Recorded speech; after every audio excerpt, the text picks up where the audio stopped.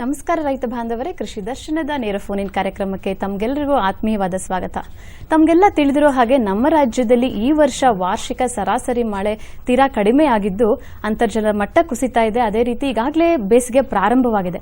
ಇಂತಹ ಸಂದರ್ಭದಲ್ಲಿ ರೈತರು ಯಾವ ರೀತಿ ಬೇಸಿಗೆಯಲ್ಲಿ ತಾವು ಬೆಳೆದ ತೋಟಗಾರಿಕಾ ಬೆಳೆಗಳು ಅಂದ್ರೆ ಪ್ರಮುಖವಾಗಿ ಹಣ್ಣು, ತರಕಾರಿ, ತೋಟಪಟ್ಟಿ ಬೆಳೆಗಳು, ಸಾಂಬಾರ ಬೆಳೆಗಳು ಹಾಗೂ ಹೂ ಬೆಳೆಗಳನ್ನ ಯಾವ ರೀತಿ ನಿರ್ವಹಣೆ ಮಾಡ್ಕೋಬೇಕು, ಅಥವಾ ಈ ಬೇಸಿಗೆಯಲ್ಲಿ ಯಾವುದು ಬೇಸಿಗೆಯಲ್ಲಿ ನಿರ್ವಹಣೆ ಮಾಡಬಹುದಾದಂತಹ ಮತ್ತು ಬೇಸಿಗೆಯಲ್ಲಿ ಬೆಳೆಯಬಹುದಾದಂತಹ ತಳಿಗಳು ಯಾವ್ಯಾವುದಿದೆ, ಇದರ ಬಗ್ಗೆ ಸಂಪೂರ್ಣವಾದ ಮಾಹಿತಿಯನ್ನು ನೀಡಲಿಕ್ಕೆ ನಮ್ಮೊಂದಿಗಿದ್ದಾರೆ ತೋಟಗಾರಿಕಾ ವಿಜ್ಞಾನಗಳ ವಿಶ್ವವಿದ್ಯಾಲಯ ಬಾಗಲಕೋಟದ ವಿಸ್ತರಣಾ ನಿರ್ದೇಶಕರಾದ ಡಾಕ್ಟರ್ ವೈ.ಕೆ. ಕೋಟಿಕಲ್ ಸರ್ ಅವರು, ಹಾಗೆ ಸಹ ಸಂಶೋಧನಾ ನಿರ್ದೇಶಕರಾದ ಡಾಕ್ಟರ್ ಡಿ.ಎಲ್.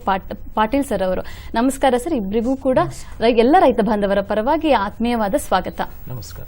ರೈತ ಬಾಂಧವರೇ, ತಜ್ಞರೊಂದಿಗೆ ಮಾತನಾಡಲು ನೀವು ಕರೆ ಮಾಡಬಹುದಂತಹ ಸಂಖ್ಯೆ 0802454259 ಅಥವಾ 0802354269.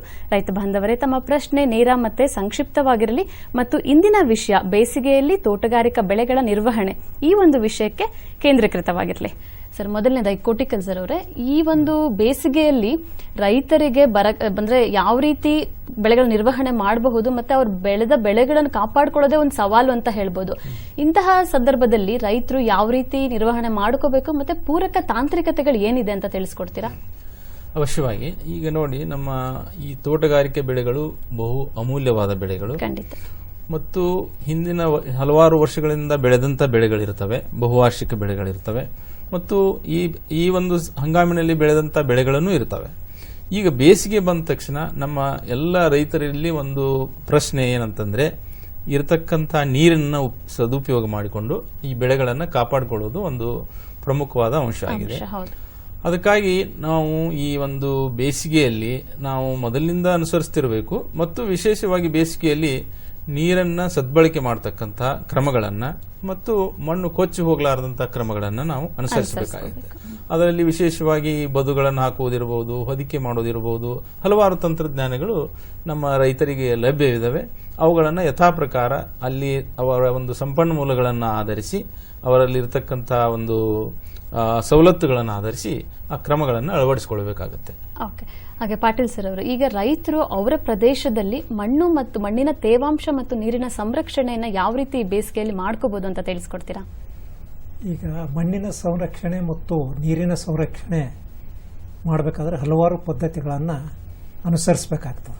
ಖಂಡಿತ. ಉದಾಹರಣೆಗೆ ಹೇಳಬೇಕಂದ್ರೆ, ಈಗ ಬಹುವಾರ್ಷಿಕವಾದ ಹಣ್ಣಿನ ಬೆಳೆಗಳಿರ್ಬೋದು ಅಥವಾ ತೋಟಪಟ್ಟಿ ಬೆಳೆಗಳಿರ್ಬೋದು, ಇಲ್ಲಿ ಮೈಕ್ರೋ ಕ್ಯಾಚ್ಮೆಂಟ್ ಅಂದರೆ ಕಿರು ಜಲಾನಯನ ಪ್ರದೇಶವನ್ನು ಮಾಡಬೇಕಾಗುತ್ತದೆ. ಇಲ್ಲಿ ಏನಿದೆ ಅಂದ್ರೆ, ಇದು ಈ ಒಂದು ಗಿಡದಿಂದ ಗಿಡಕ್ಕೆ ಇರುವ ಅಂತರದ ಮೇಲೆ ಮತ್ತು ಭೂಮಿಯ ಒಂದು ಇಳಿಜಾರದ ಮೇಲೆ ಅವಲಂಬಿತ ಇರ್ತಾನೆ. ಉದಾಹರಣೆಗೆ ಒಂದು ಮಾವಂತ ಉದಾಹರಣೆ ಅಥವಾ ಯಾವುದೇ ಒಂದು ಹಣ್ಣಿನ ಬೆಳೆಗಳ ಉದಾಹರಣೆ ತೆಗೆದುಕೊಂಡ್ರೆ, ಈಗ ಹಲವಾರು ಕಿರು ಜಲಾನಯನಗಳಿದ್ದಾವೆ. ಉದಾಹರಣೆವಾಗಿ 5% ಇಳಿಜಾರು ಸರ್ಕ್ಯುಲರ್ ಬೇಸಿನ್ಸ್ ಅಂತ ಹೇಳ್ತೇವೆ ಮತ್ತು ವಿ ಆಕಾರ ಪದ್ಧತಿಯಲ್ಲಿ ಪಾತಿಗಳನ್ನು ಮಾಡೋದಂತ ಹೇಳ್ತೇವೆ. ಇದರಿಂದ ಏನಾಗುತ್ತದಂದ್ರೆ, ಅಕಾಲಿಕ ಮಳೆ ಬಿದ್ದಾಗ ಆ ನೀರು ಹರಿದು ಹೋಗೋದನ್ನು ತಡೆಗಟ್ಟಿ ನಾವು ಆ ಪಾತಿಯಲ್ಲಿ ನೀರಿನ ಸಂರಕ್ಷಣೆ ಮಾಡಿ, ಆ ಸಂರಕ್ಷಣೆ ಮಾಡಿದಂಥ ನೀರು ಏನದಲ್ಲ ಇಂಗಿ ಬೇರುಗಳಿಗೆ ಅನುಕೂಲ ಹೀರಿಕೊಳ್ಳಲು ಅನುಕೂಲ ಆಗ್ತದೆ. ಆದ ಕಾರಣ ಈ ಕಿರು ಜಲಾನಯನ ಬೇಸಿಗೆ ಕಾಲದಲ್ಲಿ ಬಹಳ ಮುಖ್ಯ. ಇದರ ಜೊತೆಗೆ ಇದು ಅಲ್ಲದೇ ಕೆಲವು ಹೊದಿಕೆಗಳನ್ನು ಈಗಾಗಲೇ ನಮ್ಮ ಸ್ನೇಹಿತರಾದಂಥ ಕೋಟಿಕಲ್ ಅವರು ಹೊದಿಕೆ ಬಗ್ಗೆ ಹೇಳಿದರು. ಇದರಲ್ಲಿ ಹಲವಾರು ಹೊದಿಕೆಗಳಿದಾವು. ಈಗ ಸ್ಥಳೀಯವಾಗಿ ಲಭ್ಯ ಇರುವಂಥ ತ್ಯಾಜ್ಯ ವಸ್ತುಗಳನ್ನು ಅಥವಾ ಅವಶೇಷಗಳನ್ನು ಉಪಯೋಗಿಸಿ ನಾವು ಹೊದಿಕೆ ಮಾಡಬಹುದು. ಅದೇ ರೀತಿ ಈ ಲಭ್ಯತೆ ಇರದಾದ್ರಲ್ಲಿ ನಾವು ಪ್ಲಾಸ್ಟಿಕ್ ಮಲ್ಚನ್ನು ಸಹ ಅಳವಡಿಸಬಹುದು. ಇದರ ಜೊತೆಗೆ ಈ ಒಂದು ಈಗ ಕರ್ನಾಟಕ ರಾಜ್ಯದಲ್ಲಿ ಹೆಚ್ಚಾಗಿ ಕಡಿಮೆ ಆಳದ ಮಣ್ಣುಗಳಿದಾವೆ. ಅಂಥಲ್ಲಿ ನೀರಿನ ಸಾಮರ್ಥ್ಯ ಹಿಡಿದುಕೊಳ್ಳುವ ಸಾಮರ್ಥ್ಯವನ್ನು ಹೆಚ್ಚಿಸಲು ಕೆಲವೊಂದು ಸಾವಯವ ಗೊಬ್ಬರಗಳನ್ನು ಅಳವಡಿಸಬೇಕಾಗ್ತದೆ. ಕೊಟ್ಟಿಗೆ ಗೊಬ್ಬರ ಇರ್ಬೋದು ಅಥವಾ ವರ್ಮಿ ಕಾಂಪೋಸ್ಟ್ ಇರ್ಬೋದು ಅಥವಾ ಕೆರೆಗಳಿಂದ ಬಂದಂಥ ಹೂಳೆಣ್ಣೆ ಮಣ್ಣು ಏನಿರ್ತದಲ್ಲ ಅದನ್ನು ಮಾಡೋದ್ರಿಂದ ಏನದಲ್ಲ ಈ ಮಣ್ಣಿನಲ್ಲಿ ನೀರಿನ ಒಂದು ತೇವಾಂಶವನ್ನು ಹಿಡಿದುಕೊಳ್ಳುವ ಸಾಮರ್ಥ್ಯ ಇರೋದ್ರಿಂದ ಇವನುಗಳನ್ನು ಅಳವಡಿಸಿ ನಾವು ಈ ಒಂದು ಹೆಚ್ಚು ಬೆಳವಣಿಗೆಯನ್ನು ನಾವು ಪಡಿಬೇಕು. ಮಣ್ಣು ಮತ್ತು ನೀರಿನ ಸಂರಕ್ಷಣೆ ತೇವಾಂಶವನ್ನು ಪಡಿಬೇಕು. ಕಾಪಾಡ್ಕೋಬಹುದು ಕಾಪಾಡ್- ಸರ್. ಅದೇ ರೀತಿ ಸರ್ ಹೊದಿಕೆ ಅಂತ ಹೇಳ್ತಾ ಇದ್ರು. ಈಗ ಪ್ಲಾಸ್ಟಿಕ್ ಹೊದಿಕೆ ಅನ್ನೋದಕ್ಕಿಂತ ಈಗ ನಮ್ಮ ಪರಿಸರ ಕೂಡ ಪರಿಸರ ಮಾಲಿನ್ಯ ಆಗತ್ತೆ. ಸಂದರ್ಭ ಇರ್ತದೆ. ಸೊ ಅದಕ್ಕೆ ಒಂದು ಏನು ಪರ್ಯಾಯವಾಗಿ ಯಾವ ರೀತಿ ಒಂದು ಹೊದಿಕೆಗಳನ್ನ ನಾವು ರೈತರಿಗೆ ಹೇಳ್ಬೋದು? ಈ ಪರ್ಯಾಯವಾಗಿ ಅಂತಂದ್ರೆ ನಮ್ಮ ರೈತರಲ್ಲಿ ಇರ್ತಕ್ಕಂತ ಈ ಬೆಳೆಗಳ ಅವಶೇಷಗಳನ್ನ ನಾವೇನಂತೀವಿ ಬಯೋಮಲ್ಚ್ ಅಂತೀವಿ, ಅದಕ್ಕೆ ಅವುಗಳನ್ನೇನೋ ಉಪಯೋಗ ಮಾಡಬಹುದು ಪ್ಲಾಸ್ಟಿಕ್ ಹೋಗೋದಕ್ಕಿಂತ ಮುಂಚೆ. ಅದು ಅನಿವಾರ್ಯ ಅನಿಸಿದರೆ ಈಗ ನಾವು ಮಾರುಕಟ್ಟೆಯಲ್ಲಿ ಈಗ ಈ ಬಯೋಡಿಗ್ರೇಡೇಬಲ್ ಪ್ಲಾಸ್ಟಿಕ್ಸ್ ಅಂತ ಬರ್ತಾ ಇದೆ, ಖಂಡಿತವಾಗಿ ಪಾಲಿಪ್ರೊಫಿನಿಲ್ ಅಂತ ಹೇಳಿ, ಅಥವಾ ಇನ್ನೂ ಹೆಚ್ಚಿನ ಒಂದು ಸಂಶೋಧನೆ ಕೂಡ ಆಗ್ತಾ ಇದೆ. ಈಗ ಇವು ಯಾವ ಅವಶೇಷಗಳು ಇರಲಾರದ ಹಾಗೆ ಈ ಪಾಲಿಥಿನ್ ಮಲ್ಚ್ ನಾವೇನು ಉಪಯೋಗ ಮಾಡ್ತೀವಲ್ಲ ಇವು ಕೂಡ ಈ ಒಂದು ಪರಿಸರದಲ್ಲಿ ಅವುಗಳ ಅವಶೇಷಗಳನ್ನು ಬಿಡಲಾರದಂತ ವಿಶೇಷವಾದ ಒಂದು ಪಾಲಿಥಿನ್ ಮಲ್ಚ್ ಕೂಡ ಈಗ ಸಂಶೋಧನೆ ಆಗ್ತಾ ಇದಾವೆ. ಅಂತವುಗಳನ್ನು ಉಪಯೋಗಿಸಿಕೊಂಡು ನಾವು ಈಗ ಅನಿವಾರ್ಯ ಭೂ ಹೊದಿಕೆಗಳು ನೋಡ್ತಾ ಇರ್ಬೋದು, ಪರದೆಯಲ್ಲಿ ಕಾಣಿಸ್ತಾ ಇದೆ ಸರ್, ಭೂ ನೋಡುವ ಹಾಗೆ ಹೊದಿಕೆಗಳು. ಪ್ರತಿ ಎಲ್ಲ ಬೆಳೆಗಳಲ್ಲಿನೂ ಈ ಒಂದು ಪದ್ಧತಿಯನ್ನು ನಾವು ಅನುಸರಿಸಬಹುದಾಗಿದೆ. ಈ ತರಕಾರಿ ಬೆಳೆಗಳನ್ನ ಬೆಳೆಯೋದಾದ್ರೆ ಏರು ಮಡಿ ಮಾಡಿ ಆ ಇದು ಮಡಿಗಳಿಗೆ ವಿಶೇಷವಾಗಿ ನಾವು ತರಕಾರಿಗಳು ನೋಡಬಹುದು ಸರ್. ಅದು ಏನಿದು ಸರ್ ಇದು? ಈಗ ನೋಡಿ ನಾವು ಈ ಇದರಲ್ಲಿ ನೋಡುವ ಹಾಗೆ ನಾವು ಪ್ರತಿಯೊಂದು ಸಾಲಿನಲ್ಲಿ ಈ ಹೊದಿಕೆಯನ್ನು ಮಾಡಿದ್ದನ್ನು ನಾವು ನೋಡಬಹುದು ಈಗ ಯಾಕಂದ್ರೆ ಈ ಹೊದಿಕೆ ಮಾಡೋದ್ರಿಂದ ಸಾಮಾನ್ಯವಾಗಿ ಕಳೆಗಳನ್ನು ಹೇಳುವುದಿಲ್ಲ, ಮತ್ತು ಮಣ್ಣಿನಲ್ಲಿ ಇರತಕ್ಕಂತ ತೇವಾಂಶವನ್ನು ಅಲ್ಲಿ ಕಾಪಾಡ್ಕೋಬಹುದು, ಮತ್ತು ಅದರ ಜೊತೆಗೆ ಆ ಮೈಕ್ರೋ ಕ್ಲೈಮೇಟ್ ಏನಂತೀವಿ ನಾವು, ಸೂಕ್ಷ್ಮ ಒಂದು ಪರಿಸರ ಸುಧಾರಣೆ ಆಗುತ್ತೆ, ಮತ್ತು ಸಾವಯವ ಒಂದು ಅಂಶ ಕೂಡ ಮಣ್ಣಿನಲ್ಲಿ ಹೆಚ್ಚಾಗ್ತಾ ಹೋಗುತ್ತೆ. ಒಂದ್ ಕರೆ ಇದೆ ಸರ್ ಹೊಸಕೋಟೆಯಿಂದ, ನಾರಾಯಣಗೌಡ ಅಂತ. ನಮಸ್ಕಾರ ನಾರಾಯಣಗೌಡ್ರ, ನಿಮ್ ಪ್ರಶ್ನೆಯನ್ನ ಕೇಳಿ. ಕೇಳಿ ನಿಮ್ ಪ್ರಶ್ನೆಯನ್ನ ಕೇಳಿ. ಹಲೋ ಹಲೋ ಹೇಳಿ ನೀವು ನಾರಾಯಣಗೌಡ್ರ, ಹೇಳಿ ನಿಮ್ ಪ್ರಶ್ನೆ ಕೇಳಿ. ನಮಸ್ಕಾರ ಮೇಡಮ್. ನಮಸ್ಕಾರ, ಹೇಳಿ. ನನಗೆ 10 ಎಕರೆ ಮಾವಿನ ತೋಪಿದೆ ಹೊಸಕೋಟೆಯಲ್ಲಿ. ಗೌಡ್ರೆ, ನಿಮ್ ಟಿವಿ ವಾಲ್ಯೂಮ್ನ ಕಂಪ್ಲೀಟ್ ಆಗಿ ಕಡಿಮೆ ಮಾಡಿ ಮಾತಾಡಿ. ಮಾಡಿದೀನಿ ಮೇಡಮ್. ಹೇಳಿ ಹೇಳಿ. ನಮ್ಗೆ 10 ಎಕರೆ ಮಾವಿನ ತೋಪಿದೆ. ಹೇಳಿ. ಸ್ವಲ್ಪ ಇಳಿಜಾರು ಅದು. ಈಗ ಬದುಗಳನ್ನ ಯಾವ ರೀತಿ ಆಗ್ಬೇಕು, ಮತ್ತೆ ನೀರು ಇದೆ, ನೀರಿನ ನಿರ್ವಹಣೆ ಬೇಸಿಗೆನಲ್ಲಿ ಯಾವ ರೀತಿ ಮಾಡಬೇಕು, ಅದು ಸ್ವಲ್ಪ ನಮ್ಗೆ ವಿವರವಾಗಿ ತಿಳ್ಕೊಡಿ ಮೇಡಮ್. ಓಕೆ, ಒಂದು ಉತ್ತಮವಾದ ಪ್ರಶ್ನೆಯನ್ನ ಕೇಳಿದೆ, ಸೂಕ್ತವಾದ ಪ್ರಶ್ನೆ ಅಂತಾನೆ ಹೇಳ್ಬೋದು ಸರ್. ಇವಾಗ ಇಳಿಜಾರಿದೆ, ಮಾವಿನ ತೋಪಿದೆ, ಯಾವ ರೀತಿ ನಿರ್ವಹಣೆ ಮಾಡ್ಕೋಬಹುದು ಅಂತ ಪಾಟೀಲ್ ಸರ್ ಅವ್ರು ಹೇಳ್ಬೇಕು. ಈಗ ಇಳಿಜಾರು ಜಾಸ್ತಿ ಇತ್ತಂದ್ರೆ ಈ ಕಿರು ಜಲಾನಯನ ಮಾಡುವುದು ಬಹಳ ಕಠಿಣ. ಆದ ಕಾರಣ ಇಲ್ಲಿ ಇಂಗು ಗುಂಡಿಗಳನ್ನು ಮಾಡಬೇಕಾಗ್ತದೆ. ಇಂಗು ಗುಂಡಿಗಳು ಅಂದ್ರೆ ಸುಮಾರು 2 ಅಡಿ ಉದ್ದ, 1 ಅಡಿ ಅಗಲ ಹಾಕಿ ಅಲ್ಲಿ ಸುಮಾರು 6 ರಿಂದ 8 ಇಂಚ್ ಆಳದಲ್ಲಿ ಮಾಡಿದ್ರೆ ಅದರಲ್ಲಿ ಸ್ಥಳೀಯವಾಗಿ ಲಭ್ಯವಿರುವಂತ ಈ ಅವಶೇಷಗಳನ್ನ ಹಾಕಿ ಇಟ್ರೆ ಮಳೆ, ಒಂದು ಅಕಾಲಿಕ ಮಳೆ ಬಂದಾಗ ಅದನ್ನ ನೀರು ಹಿಡಿದುಕೊಳ್ಳೋ ಸಾಮರ್ಥ್ಯ ಹೆಚ್ಚಾಗ್ತದೆ. ಇದಲ್ಲದೆ ಕೆಲವೊಂದು ಈಗಾಗಲೇ ಹೇಳಿದಂತೆ ಕೆಲವೊಂದು ಸಾವಯವ ಗೊಬ್ಬರಗಳನ್ನು, ಉದಾಹರಣೆ ಕೊಟ್ಟಿಗೆ ಗೊಬ್ಬರ ಇರ್ಬೋದು, ಅಥವಾ ವರ್ಮಿ ಕಾಂಪೋಸ್ಟ್ ಇರ್ಬೋದು, ಹಸಿರೆಲೆ ಗೊಬ್ಬರಗಳು, ಇವುಗಳನ್ನು ಹೆಚ್ಚು ನೀವು ಗಿಡದ ಪಾತಿಯಲ್ಲಿ ಹಾಕಿದ್ರೆ ಈ ನೀರಿನ ಈ ತೇವಾಂಶವನ್ನು ಕಾಪಾಡಿಕೊಳ್ಳುವ ಸಾಮರ್ಥ್ಯ ಇರ್ತದೆ. ಆದ ಕಾರಣ ಇವುಗಳ ಅನುಸರಿಸಿದ್ರೆ ಒಳ್ಳೆಯದು. ಮತ್ತು ಇನ್ನೊಂದು ಏನದಂದ್ರೆ ಈ ನಿರುಪಯುಕ್ತ ರಂಬೆಗಳನ್ನು ವಿಶೇಷವಾಗಿ ಬೇಸಿಗೆಗಾಲದಲ್ಲಿ ಬಹುವಾರ್ಷಿಕ ಬೆಳೆಗಳನ್ನು ವಿಶೇಷವಾಗಿ ಮಾವಿನಲ್ಲೇನೆ ಕೆಲವೊಂದು ರೆಂಬೆಗಳು ಒಣಗಿರ್ತಾವೆ. ಅಂತ ರೆಂಬೆಗಳನ್ನು ತೆಗೆದ್ರೆ ಈ ಗಿಡಗಳ ಮುಖಾಂತರ ಏನ ನೀರು ಆವಿ ಆಗಿ ಹೋಗ್ತದಲ್ಲ, ಅದನ್ನ ಹೆಚ್ಚಿಗೆ ಕಡಿಮೆ ಮಾಡಬಹುದು. ಸರಿ, ಎವಾಪೋ ಟ್ರಾನ್ಸ್ಪಿರೇಷನ್ ಅಂತ ಏನ್ ಹೇಳಿದ್ರು ಸರ್, ಅದನ್ನ ನಾವು ಕಡಿಮೆ ಮಾಡ್ಲಿಕ್ಕೆ ಅದರ ನೂತನ ತಾಂತ್ರಿಕತೆಗಳು ಯಾವ್ದಾದ್ರು ಇದೆಯಾ? ಸಾಕಷ್ಟು ಇದಾವೆ. ಈಗ ನಾವೇನು ಆವಿ ನಿರೋಧಕ ವಸ್ತುಗಳನ್ನು ಆಂಟಿ ಟ್ರಾನ್ಸ್ಪರೆನ್ಸ್ ಅಂತೀವಿ. ಈಗ ಸಾಮಾನ್ಯವಾಗಿ ಬೇಸಿಗೆಯಲ್ಲಿ ಈ ಸಸ್ಯಗಳ ಒಂದು ಮೇಲ್ಮೈಯಿಂದ ಮತ್ತು ಮಣ್ಣಿನ ಮೇಲ್ಮೈಯಿಂದ ಎರಡೂ ಕಡೆಯಿಂದ ತೇವಾಂಶ ಆವಿಯಾಗಿ ಮಣ್ಣಿನಲ್ಲಿ ತೇವಾಂಶ ಕಡಿಮೆ ಆಗುತ್ತೆ ಮತ್ತು ಬೆಳೆಗಳು ಹೆಚ್ಚು ಹೀರ್ಕೊಳ್ಳೋಕೆ ಸಾಧ್ಯತೆ ಇರುತ್ತೆ.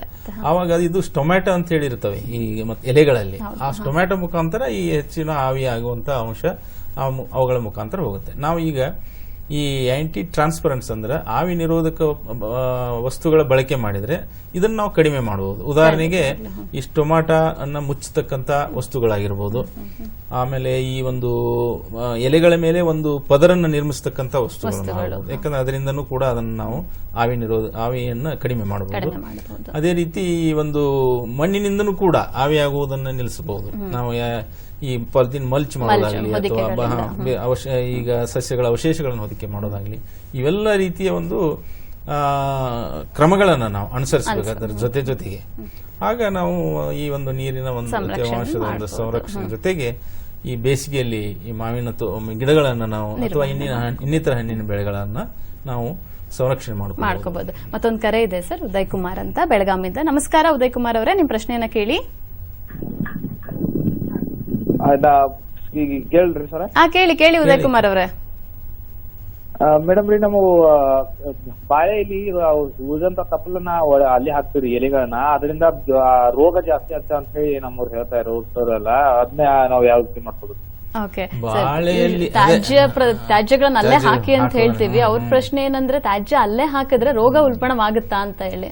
ಈ ಯೂಸ್ವಲಿ ನಾವು ಏನ್ ಮಾಡ್ತೀವಿ, ರೋಗ ಬಂದಾಗ ಅಂತ ತ್ಯಾಜ್ಯಗಳನ್ನ ಆ ಬಾಳೆ ಪಡದಿಂದ ತೆಗೆದು ಬೇರೆ ಕಡೆ ಹಾಕಿ ಒಂದನ್ನ ನಾಶಪಡಿಸಬೇಕಂತ ಹೇಳ್ತೀವಿ. ಸಾಮಾನ್ಯವಾಗಿ ಯಾವಾಗ್ಲೂ ರೋಗ ಬಂದಿರೋದಿಲ್ಲ.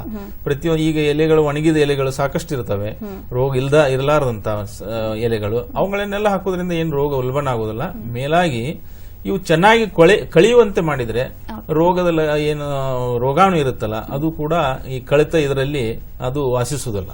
ಚೆನ್ನಾಗಿ ಕಳೆದು ಬಿಟ್ರೆ ಏನ್ ತೊಂದರೆ ಆಗುವುದಿಲ್ಲ.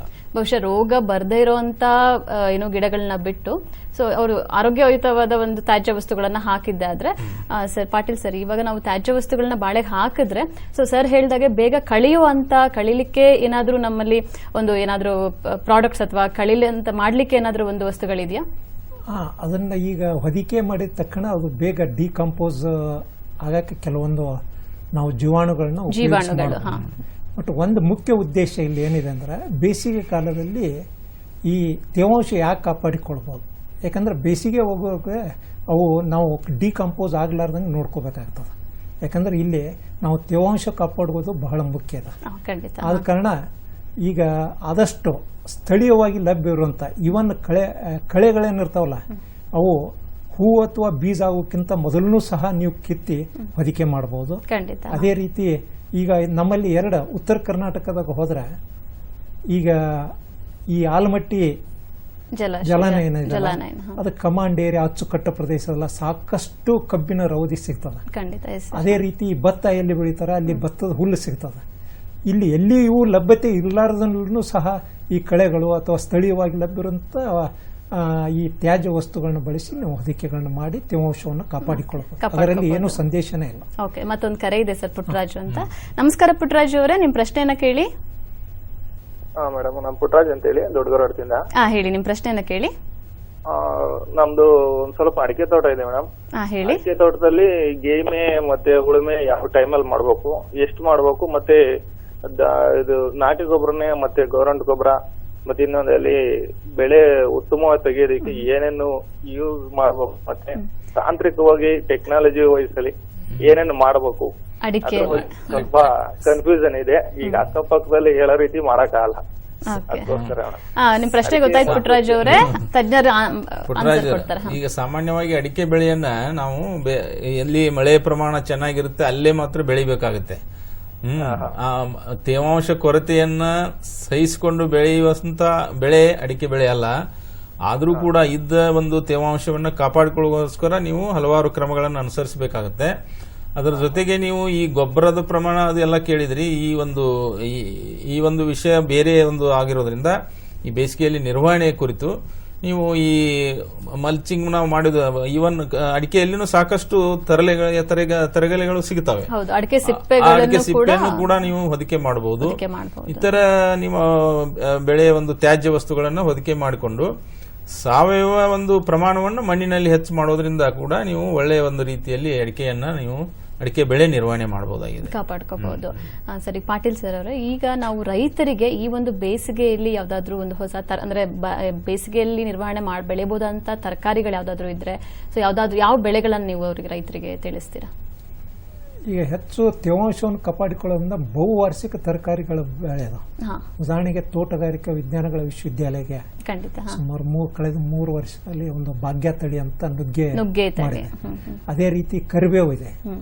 ಹೀಗೆ ಬಹುವಾರ್ಷಿಕ ತರಕಾರಿ ಬೆಳೆಗಳನ್ನು ಬೆಳೆದರೆ ಅದಕ್ಕೆ ತಡೆದುಕೊಳ್ಳುವ ಶಕ್ತಿ ಇರ್ತದೆ. ಎಲ್ಲಿ ಈ ಜಲಾನಯನ ಪ್ರದೇಶದಲ್ಲಿ ಈ ಕ್ಷೇತ್ರ ಹೊಂಡದ ಸೌಲಭ್ಯ ಎಲ್ಲಿರ್ತದ ಅಲ್ಲಿ ನೀರು ಶೇಖರಣೆ ಮಾಡುವ ಒಂದು ಸೌಲಭ್ಯ ಇರ್ತದೆ. ಅಂತಲ್ಲಿ ಉಳಿದ ತರಕಾರಿಗಳನ್ನು ಬೇಸಿಗೆ ಕಾಲದಲ್ಲಿ ಬೆಳಿಬಹುದು. ಬೆಳಿಬಹುದು. ಅದರ ಜೊತೆಗೆ ಇವು ಕಡಿಮೆ ನೀರು ಇದ್ರೆ ಲಭ್ಯವಿದ್ರೆ ನಾವು ಈ ಬರವನ್ನು ತಡೆದುಕೊಳ್ಳತಕ್ಕಂತ ಒಂದು ಕೆಲವು ತರಕಾರಿಗಳಿದಾವೆ. ಉದಾಹರಣೆಗೆ ಚೌಳಿಕಾಯಿ ಆಗಿರ್ಬೋದು, ಚೌಳಿಕಾಯಿ, ಅಥವಾ ಬೆಂಡಿಕಾಯಿ ಆಗಿರ್ಬೋದು, ಈ ತರದ ಮತ್ತು ಈ ಲೆಗ್ಯುಮಿನಸ್ ತರಕಾರಿಗಳು ಅಂದ್ರೆ ದ್ವಿದಳ ತರಕಾರಿಗಳು, ಉದಾಹರಣೆಗೆ ಬೀನ್ಸ್ ಆಗಿರ್ಬೋದು ಅಥವಾ ಅಲಸಂದಿ ಆಗಿರ್ಬೋದು, ಇವು ಸ್ವಲ್ಪ ನೀರನ್ನು ಬಯಸುವಂತ ತರಕಾರಿ ಬೆಳೆಗಳು. ಇವುಗಳನ್ನು ಕೂಡ ನಾವು ಬೆಳಿಬಹುದು. ಮತ್ತು ಇವುಗಳ ಬೇರು ಕೂಡ ಆಳವಾಗಿ ಹೋಗ್ತವೆ ಮಣ್ಣಿನಲ್ಲಿ. ಅಂತ ತರಕಾರಿಗಳನ್ನು ನಾವು ಬೇಸಿಗೆ ದಿವಸದಲ್ಲಿ ನೀರಿನ ಒಂದು ಕಡಿಮೆ ನೀರಿನ ಲಭ್ಯತೆ ಇದ್ದಾಗ ಈ ತರಕಾರಿಗಳನ್ನು ಕೂಡ ಬೆಳಿಬಹುದು. ಮತ್ತೊಂದು ಕರೆ ಇದೆ ಸರ್ ಕಲಬುರಗಿಯಿಂದ. ನಮಸ್ಕಾರ. ನಮಸ್ಕಾರ ಕಲ್ಶೆಟ್ಟಿ ಅವರೇ, ನಿಮ್ ಪ್ರಶ್ನೆಯನ್ನ ಕೇಳಿ. ನಮಸ್ಕಾರ. ಕೇಳಿ ನಿಮ್ ಪ್ರಶ್ನೆಯನ್ನ ಕೇಳಿ. ನಮಸ್ಕಾರ. ನಮಸ್ಕಾರ ಕಲ್ಶೆಟ್ಟಿ ಅವರು, ಹೇಳಿ. ನಮಸ್ಕಾರ ಸರ್, ನಾವು ಕಲ್ಶೆಟ್ಟಿ ಅಂತ ಕಲಬುರಗಿ ಜಿಲ್ಲೆಯನ್ನು ಮಾತಾಡಿದ್ರೆ, ನಮ್ದು 100 ನಿಂಬೆ ಗಿಡ ಇದಾವ್ರಿ ಸರ್. ನಿಂಬೆ ಗಿಡ? ಅವು ಎಲಿಗಳೆಲ್ಲ ಹಳದಿ ಆಲಕತ್ತಾವ್ರಿ, ಅದಕ್ಕೆ ಏನಾದ್ರು ನಿರ್ವಹಣೆ ಮಾಡ್ಲಿಕ್ಕೆ? ಕಲಬುರಗಿಯಲ್ಲಿ ಎಲೆಗಳು ಹಳದಿ ಆಗುವ ಕಾರಣಗಳು ಹಲವಾರು ಇರುತ್ತವೆ. ಕೆಲವೊಮ್ಮೆ ಅವು ಹಣ್ಣಾಗಿ ಎಲೆಗಳು ಹಳದಿಯಾಗಿ ಉದುರ್ತವೆ. ಇಲ್ಲದೆ ಹೋದ್ರೆ ರಸ ಹೀರುವ ಕೀಟಗಳಿದ್ರೆ ರಸ ಹೀರುವುದರಿಂದ ಕೂಡ ಎಲೆಗಳು ಹಳದಿ ಆಗ್ತವೆ. ಪೋಷಕಾಂಶಗಳ ಕೊರತೆಯಿಂದ ಕೂಡ ಎಲೆಗಳು ಹಳದಿ ಆಗುವಂತ ಸಂದರ್ಭಗಳಿರ್ತವೆ. ಅದು ಯಾವುದಕ್ಕೆ ಹಳದಿ ಆಗ್ತಾ ಇದೆ ಅನ್ನೋದು ದೃಢಪಡಿಸಿಕೊಳ್ಳುವುದು ಒಳ್ಳೆಯದು ಕಲ್ಶೆಟ್ಟಿ ಅವರೇ. ಅದ ಹೆಚ್ಚಾಗಿ ನೀರಿನ ಕೊರತೆ ಆದ್ರೂ ಕೂಡ ಕೆಲವೊಮ್ಮೆ ಅವು ಹಣ್ಣಾಗಿ ಎಲೆಗಳು ಉದುರ್ತಾ ಇರ್ತವೆ. ಅದಕ್ಕೆ ಆ ಕಾರಣ ತಿಳ್ಕೊಂಡು ಸೂಕ್ತವಾದ ಪರಿಹಾರ ತೆಗೆದುಕೊಳ್ಬೇಕಾಗತ್ತೆ. ಖಂಡಿತ. ಅವರು ಮಣ್ಣಿನ ಒಂದು ಪೋಷಕಾಂಶ ಕೊರತೆ ಆಗಿರ್ಬೋದು, ರೋಗ ಬಾಧೆ ಆಗಿರ್ಬೋದು, ಅವರು ಸಮೀಪದ ಒಂದು ತೋಟಗಾರಿಕಾ ಅಧಿಕಾರಿಗಳಿಗೆ ಭೇಟಿ ಮಾಡಿ ಒಂದು ಪರಿಹಾರ ಪಡ್ಕೋಬಹುದು ಅಂತ ಹೇಳ್ತಾ ಇದ್ರ ಸರ್. ಅದೇ ರೀತಿ ಪಾಟೀಲ್ ಸರ್ ಅವರು, ಇವಾಗ ಮಣ್ಣಿನಿಂದ ನೀರಿನ ಕಡಿಮೆ ಉಪಯೋಗಿಸ್ಕೊಂಡು ಬೆಳಿಬಹುದು ಅಂತಂದ್ರೆ ಯಾವ್ದಾದ್ರು ತಂತ್ರಜ್ಞಾನ, ಹೊಸ ತಂತ್ರಜ್ಞಾನ, ಈಗ ಹೈಡ್ರೋಜೆಲ್ ಅಂತ ಹೇಳ್ತೀವಿ, ಆ ತರ ಯಾವ್ದಾದ್ರು ತಂತ್ರಜ್ಞಾನಗಳಿದೆಯಾ? ಈಗಾಗಲೇ ಸುಮಾರು ವರ್ಷಗಳಿಂದ ಈ ಒಂದು ಸಂಶೋಧನೆ ತಿಳಿದು ಬಂದಿದೆ. ಅಂದ್ರೆ ಪಾಲಿಮರ್ಸ್ ಅಂತ ಹೇಳ್ತೇವೆ. ಪಾಲಿಮರ್ಸ್ ಅಂದ್ರೆ ಈಗ ಹೈಡ್ರೋಜೆಲ್ ಬಂದಿದೆ, ಅಗ್ರಿಪ್ಲಸ್ ಅಂತ ಹಲವಾರದಿಂದ. ಇಲ್ಲಿ ಏನಿದೆ ಅಂದ್ರೆ ಇದು ಸುಮಾರು ಈ ಒಂದು ಹೈಡ್ರೋಜೆಲ್ ರಾಸಾಯನಿಕ ವಸ್ತುಗಳನ್ನು ಬಳಸಿದ್ರೆ ಈ ನೀರಿನ ಹಿಡಿದುಕೊಳ್ಳುವ ತೇವಾಂಶವನ್ನು ಹಿಡಿದುಕೊಳ್ಳುವ ಶಕ್ತಿ ಇರ್ತದೆ. ಇದು ಹಲವಾರು ಬೆಳೆಗಳಲ್ಲಿ ಈಗಾಗಲೇ ಸಂಶೋಧನೆ ಮಾಡಿ ಅನುಕೂಲತೆಯನ್ನು ಕಂಡುಹಿಡಿದಿದ್ದಾರೆ. ಇದು ಸಹ ತೋಟಗಾರಿಕೆ ಬೆಳೆಗಳಲ್ಲಿ ಉಪಯೋಗಿಸಬಹುದು. ಇನ್ನು ಏನಿದೆ ಅಂದ್ರೆ ಇವನ್ ಈ ಒಂದು ಸಾವಯವ ಗೊಬ್ಬರಗಳನ್ನು, ಕೊಟ್ಟಿಗೆ ಗೊಬ್ಬರ ಇರ್ಬೋದು ಅಥವಾ ವರ್ಮಿ ಕಾಂಪೋಸ್ಟ್ ಇರ್ಬೋದು, ಇವು ಸಹ ಈಗಾಗಲೇ ಹೇಳಿದಂತೆ ಇದು ಸಹ ನೀರಿನ ತೇವಾಂಶವನ್ನು ಕಾಪಾಡ್ಕೋಬಹುದು. ಮತ್ತೊಂದು ಕರೆ ಇದೆ ಸರ್, ಮಲ್ಲಿಕಾರ್ಜುನ್ ಅಂತ. ನಮಸ್ಕಾರ ಮಲ್ಲಿಕಾರ್ಜುನ್ ಅವರೇ, ನಿಮ್ ಪ್ರಶ್ನೆಯನ್ನ ಕೇಳಿ. ದೊಡ್ಡಬಳ್ಳಾಪುರದಿಂದ ನಮ್ಮ ಮಲ್ಲಿಕಾರ್ಜುನ್ ಅವರೇ, ನಿಮ್ ಪ್ರಶ್ನೆಯನ್ನ ಕೇಳಿ. ಹಲೋ ಸರ್, ನಾವು ಮಲ್ಲಿಕಾರ್ಜುನ್ ಅಂತ ಮಾತಾಡ್ತಾ ಇರೋದು. ಕೇಳಿಸ್ತಾ ಇರೋದು, ಸ್ವಲ್ಪ ಜೋರಾಗಿ ಹೇಳಿ ಮಲ್ಲಿಕಾರ್ಜುನ್ ಅವರೇ. ಮೇಡಮ್ ಅವರೇ, ನಾವು ದೊಡ್ಡಬಳ್ಳಾಪುರದಿಂದ ಮಾತಾಡ್ತಾ ಇರೋದು. ಹೇಳಿ. ಇದು ಬಾಳೆ ಹಾಕಿದೀವಿ ನಾವು, 3 ತಿಂಗಳಾಗಿದೆ ಬಾಳೆಗೆ. ಯಾವ ಬಾಳೆ ತಳಿ ಯಾವುದು? ಏಲಕ್ಕಿ ಬಾಳೆ. ಹೇಳಿ. ಅದ್ರಲ್ಲಿ ಚೆಂಡು ಹೂವು ಹಾಕೋಣ ಅಂತ ಮಾಡ್ತಾ ಇದೀವಿ ಮೇಡಮ್ ಇವಾಗ. ಓಕೆ, ಹಾಕ್ಬೇಕು ಅಂತ ಕೇಳ್ತಾ ಇದ್ದೀರಾ ಸರ್? ಒಳ್ಳೆಯ ಒಂದು ವಿಚಾರ ಮಾಡಿದಿರಿ ನೋಡ್ರೆ. ಈಗ ಈ ನಮ್ಮ ಬಾಳೆ ಬೆಳೆಯಲ್ಲಿ ಸಾಮಾನ್ಯವಾಗಿ ಜಂತು ಹುಳುಗಳ ಕಾಟ ಇರುತ್ತೆ. ಸ್ವಲ್ಪ ಮಣ್ಣಿನಲ್ಲಿ ಜಂತು ಹುಳುಗಳು ಇದ್ದು ಅವು ಪೋಷಕಾಂಶಗಳನ್ನು ಹೀರಿಕೊಳ್ಳುವಲ್ಲಿ ಅವು ಅಡೆತಡೆ ಉಂಟು ಮಾಡ್ತಾವೆ. ಅಂತಹ ಜಂತು ನಾಶಕವಾಗಿ ಇದು ನಮ್ಮ ಒಂದು ಚೆಂಡು ಹೂ ಏನಿದೆ ಅಂತ ಒಂದು ಸಸ್ಯ ಸೂತ್ರ ಕ್ರಿಮಿಗಳಂತಾರೆ, ಜಂತು ಹುಳುಗಳಂತ ಕೆಲವು ಕಡೆ ಅಂತಾರೆ. ಇವುಗಳನ್ನು ನಿರ್ವಹಣೆ ಮಾಡೋದಕ್ಕೆ ಈ ಚೆಂಡು ಹೂ ಅನುಕೂಲ ಆಗುತ್ತೆ. ಮತ್ತು ಈ ಚೆಂಡು ಹೂ ಬರುವ ಒಂದು ಸಮಯ ನೋಡಿಕೊಂಡು ಅವಾಗ ಯಾವುದಾದ್ರೂ ನಮ್ಮ ಹಬ್ಬಗಳಿದ್ರೆ ಇನ್ನು ಆ ಹೂಗಳನ್ನು ನಾವು ಮಾರಾಟ ಮಾಡಿಕೊಂಡು ಹೆಚ್ಚಿನ ಲಾಭವನ್ನು ಪಡಿಬಹುದು. ಖಂಡಿತವಾಗಿಯೂ ನೀವು ಬಾಳೆಯಲ್ಲಿ ಚೆಂಡು ಹೂ ಹಾಕೋದು ಒಂದು ಒಳ್ಳೆಯ ಒಂದು ಪದ್ಧತಿ ಅಂತ ನಾನು ಹೇಳ್ತಾ ಇದ್ದೇನೆ. ಸಮಗ್ರ ಕೀಟ ನಿರ್ವಹಣೆಯಲ್ಲಿ ಚೆಂಡು ಹೂವನ್ನು ಬಳಸಿ ಅಂತಾನೆ ನಾವು ಅವ್ರಿಗೆ ಶಿಫಾರಸನ್ನ ಮಾಡ್ತೇವೆ. ಸರ್ ಪಾಟೀಲ್ ಸರ್ ಅವರು, ಈಗ ಮಣ್ಣಿಂದ ನೀರು ಒಂದು ಆವಿಯಾಗಿ ಹೋಗೋದಕ್ಕೆ ಒಂದು ಗಾಳಿನೂ ಕೂಡ ಕಾರಣ ಆಗಿರುತ್ತೆ. ಸೊ ಅಂತಹ ಸಂದರ್ಭದಲ್ಲಿ ಯಾವ ರೀತಿ ಒಂದು ಗಾಳಿ ತಡೆ ಆಗಿರ್ಬೋದು, ಯಾವ ರೀತಿ ರೈತರು ಮಾಡ್ಕೋಬಹುದು ಅನ್ನೋದು ತಿಳಿಸ್ಕೊಡ್ತೀರಾ?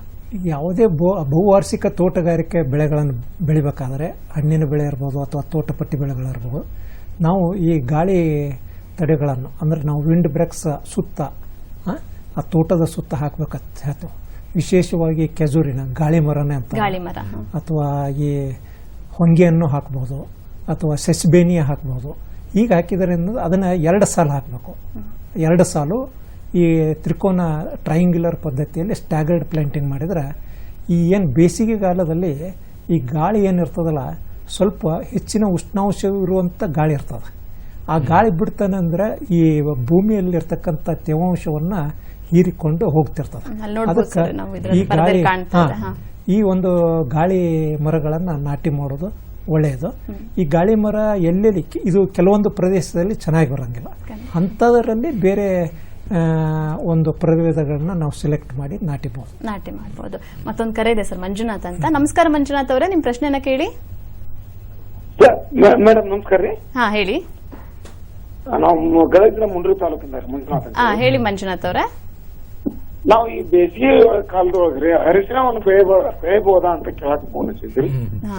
ಮುಂಡರ್ಗಿ ಗದಗ ಡಿಸ್ಟ್ರಿಕ್ಟ್. ಬೇಸಿಗೆಯಲ್ಲಿ ಅರಿಶಿನ ಬೆಳೆಯಬಹುದಾ ಅಂತ ಕೇಳೋದು ನಿಮ್ ಪ್ರಶ್ನೆ. ಇದು ನೀರಿನ ಲಭ್ಯತೆ ಮೇಲೆ ಆಧಾರ ಇರ್ತದೆ. ಆದಷ್ಟು ನಾವು ಈ ಅರಿಶಿನ ಬೆಳೆಯನ್ನ ಮೇ ಜೂನ್ ತಿಂಗಳಲ್ಲಿ ಮಾತ್ರ ನಾಟಿ ಮಾಡೋದು ಬಹಳ ಒಳ್ಳೆ ಸೂಕ್ತ ಕಾಲ. ಈಗ ಅಷ್ಟೊಂದು ಸರಿಯಾದ ಇಳುವರಿ ಪಡೆಯಕ್ ಆಗೋದಿಲ್ಲ ನಿಮಗೆ. ಅಂದ್ರೆ ಈಗ ಬೇಸಿಗೆಯಲ್ಲಿ ಅವರು ಅರಿಶಿನಕ್ಕೆ ಹೋಗೋದು ಸೂಕ್ತ ಅಲ್ಲ ಅಂತ ಹೇಳ್ತೀರಾ. ಸೊ ನಂತರ ಈಗ ಈ ಬೇಸಿಗೆಯಲ್ಲಿ ಯಾವ್ದಾದ್ರು ರೋಗ ಕೀಟಗಳು ಯಾವ್ದಾದ್ರು ಒಂದು ಉಲ್ಬಣ ಆಗತ್ತಾ ಅಂತ ಕೋಟಿಕಲ್ ಸರ್ ಅವರು. ಅವಶ್ಯವಾಗಿ. ಈಗ ನೋಡಿ, ಬೇಸಿಗೆ ಅಂದ ತಕ್ಷಣ ಈ ರಸ ಹೀರುವ ಕೀಟಗಳ ಒಂದು ಹಾವಳಿ ಜಾಸ್ತಿ ಆಗ್ತದೆ. ಖಂಡಿತವಾಗ್ಲೂ. ಯಾಕಂದ್ರೆ ತೇವಾಂಶದ ಕೊರತೆ ಇರೋದ್ರಿಂದ ರಸ ಹೀರುವ ಕೀಟಗಳ ಒಂದು ಸಂಖ್ಯೆ ಒಂದು ಅಭಿವೃದ್ಧಿ ಕೂಡ ಜಾಸ್ತಿ ಆಗುತ್ತೆ.